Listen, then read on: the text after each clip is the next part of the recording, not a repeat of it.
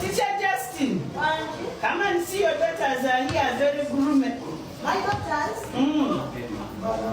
They are here.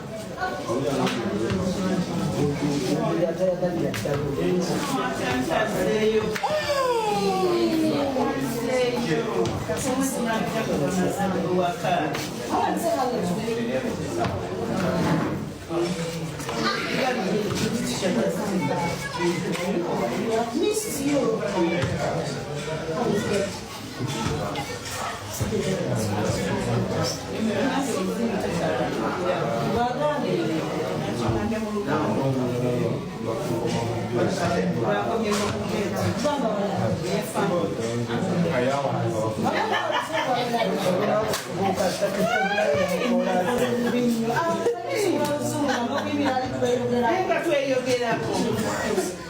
Mama will come now. No.